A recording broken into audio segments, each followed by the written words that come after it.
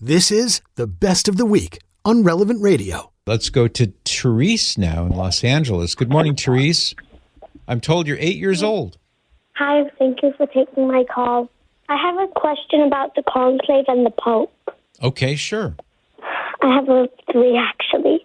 Okay. How many ballots can they vote in a day? Typically, you'd have two, if they're going to have a full day, 2 in the morning before lunch and then 2 in the afternoon. Then they would break.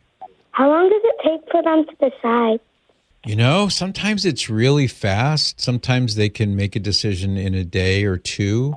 I think Pope Benedict XVI, he was less than 3 days, maybe 2 days, something like that when they selected him. But it can be as long as necessary. It could be a long time. I don't think it will be in this case, but it could be. It could take days and days and days. I mean, in theory, it could take weeks, but let's not forget that these cardinals, they want to get back home too. They have their duties, the things that they need to do back home. So what they're doing at the conclave is extremely important, and they know that, but they don't want to be there any longer than they have to, because they have to get back to their things and their duties. Does that make sense? Mm-hmm. Okay. Did you have a third question? Yeah.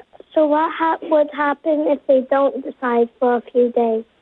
Well, then they would just keep at it. They would just keep meeting. So the next morning they would have 2 more rounds of voting. If they don't vote somebody in, or maybe they want to really think about who they want the next pope to be, and it takes time, because what will happen is, let's say a cardinal gets a lot of votes and people are thinking, oh, okay, well, maybe he'll be the next pope. Do I want him as the next pope or not? They may think, well, I would rather have that cardinal over there as the next pope. So it might take time, might take a day or 2 or 3 for people, the cardinals, to decide which one they want to vote for.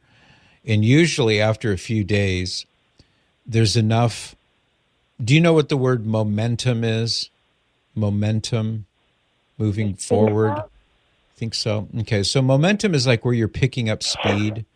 You're running faster and faster and faster. So momentum in this case would be where, let's say, one of the cardinals is getting more and more and more votes each time they do a vote. That can speed up the process, where they realize it looks like this is the one that most people want, so I will vote for him, and then he gets elected. So it could happen like that. Probably will happen like that. Okay. And we pray, don't we? Asking the Lord to help the cardinals to be courageous and faithful and good and choose the very best man to be the next pope. That's what we pray for, isn't it? Do you have another question, Therese? No, thank you. All right. You're a very polite girl. I want to compliment you on that. Thank you. You're welcome. Well, tell your mom thank you for letting you call. Thank you for taking my call. You're welcome, Therese. God bless you. Like what you just heard? Share it with your family and friends. And thanks for listening.